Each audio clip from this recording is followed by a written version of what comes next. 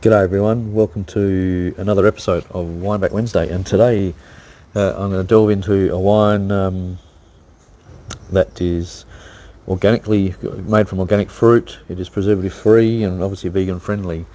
There's a lot of talk and turning towards these days towards sort of organic produce and biodynamic produce, and probably even more so probably sustainable practices. People are probably becoming more aware of where their food comes from and how it's grown in many respects, and wine is no exception as well.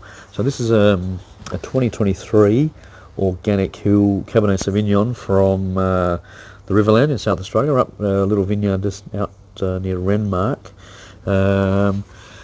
and as I said, yeah, organic and preservative free. So there's a couple of a few private organisations which accredit vineyards and wineries as such, and other obviously industries with organic certification, and there are obviously a number of set of rules and regulations that these people who are certified need to adhere to continue making their produce organically certified, and they get audited obviously on a regular basis, etc., to maintain that accreditation.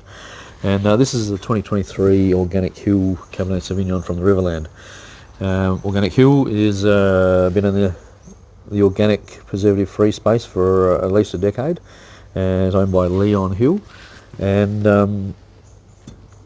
2023 was a very cool vintage. And obviously some regions such as say Adelaide Hills or the southeast of South Australia were impacted probably towards the end of vintage with the cooler, wetter conditions. But up in the Riverland, it was probably a very good vintage. Obviously there was some heat up there, but not as excessive as it has often does see up there. So without further ado, let's give it a crack. I have actually opened it before. So the wine is it's preservative free, comes in, gets processed, gets fermented, pressed, stored in tank. So this hasn't seen any oak, and obviously then it's fermented dry, so there's no residual sugar in it. It goes through malolactic fermentation, so there's no malic acid left, and so the wine stability is very sound.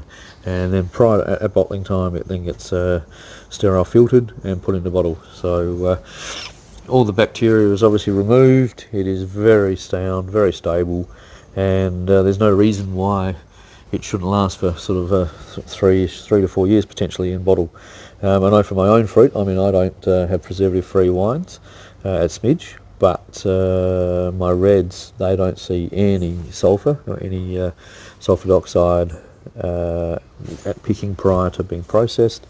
And then sometimes after being pressed and going to barrel, and then going through malolactic fermentation, it may take up to sort of 9 to 10, 11 months because sometimes the weather is too cold.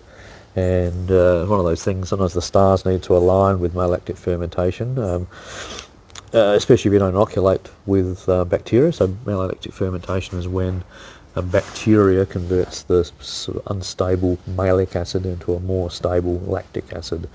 So if you don't inoculate, sometimes the stars need to align, and the pH, the acidity, the temperature, the alcohol level, etc. There's this sort of there's this range that the bacteria seems to enjoy living in, functioning in, and sometimes you just got to wait when one of those, if it's too cold, obviously it doesn't proceed, and then you got to wait till maybe spring or summer. For example, this year I finished racking the 2022 parcels in sort of January, February time, because we just had to wait till that warmth came through and kickstart the malolactic fermentation again.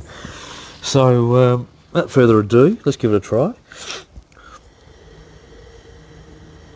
I'll tell you about 13.5% alcohol, but which is great. As I said, it's a very good vintage up there in the Riverland. It was moderate heat, dry enough, and the the fruit just hang on the vines and just ripen slowly and at low sugar level, so low potential alcohol, and has some lovely flavours. So lifted, so black currants, violets, there's some nice sort of chocolate there, some tobacco and some ash. And obviously there's no oak influence, it's just pure unadulterated fruit character out of the vineyard. So it is very varietal and very perfumed.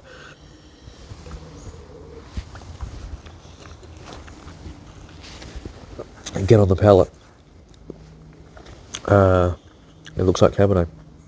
There's no oak there, it's just pure fruit. It's black currant, there's some nice cassis sort of, black currant cassis character there. Some fine tannins, some nice purple fruits floating around, some sort of ash notes, but they're very fine tannin. The fruit runs, some good acidity, and it's fresh and long and easy drinking. It's not a big wine, it's not super complex, but it's really varietal and very, very attractive and very enjoyable to drink. Obviously you can imagine it's been at bottling, it gets sterile filtered, so all the nasties or potential bacteria and stuff that may cause problems has been removed. Before the cap goes on, it probably gets a shot of nitrogen. So very stable environment, and as I said, no reason why it shouldn't last 3 to 4 years. Because as I said, with mine after wines are very, very sound in barrel for myself at Smidge. Up to sort of 10, 11 months later, they're on gross lees, so which is yeast.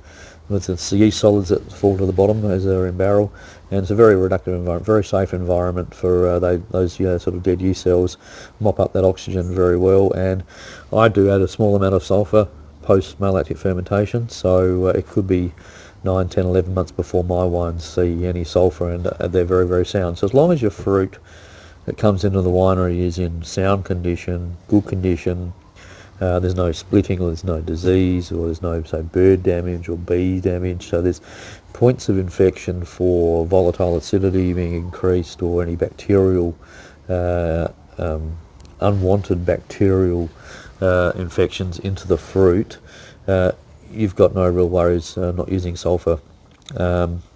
It's interesting, obviously centuries ago that was what people did. Wines were like this. There wasn't any really sulphur used, and it is a preservative. Obviously, I don't expect these wines to last more than sort of, as I say, 4 years. I mean, I haven't tasted many wines that are preservative free that have been older than that. So maybe if they're in a really, really good condition, maybe they could last longer. You never know. But without further ado, the 2023 Organic Hill Cabernet Sauvignon from Riverland up in Renmark. Organic, preservative free, vegan friendly. Not bad. Thanks for listening. Cheers.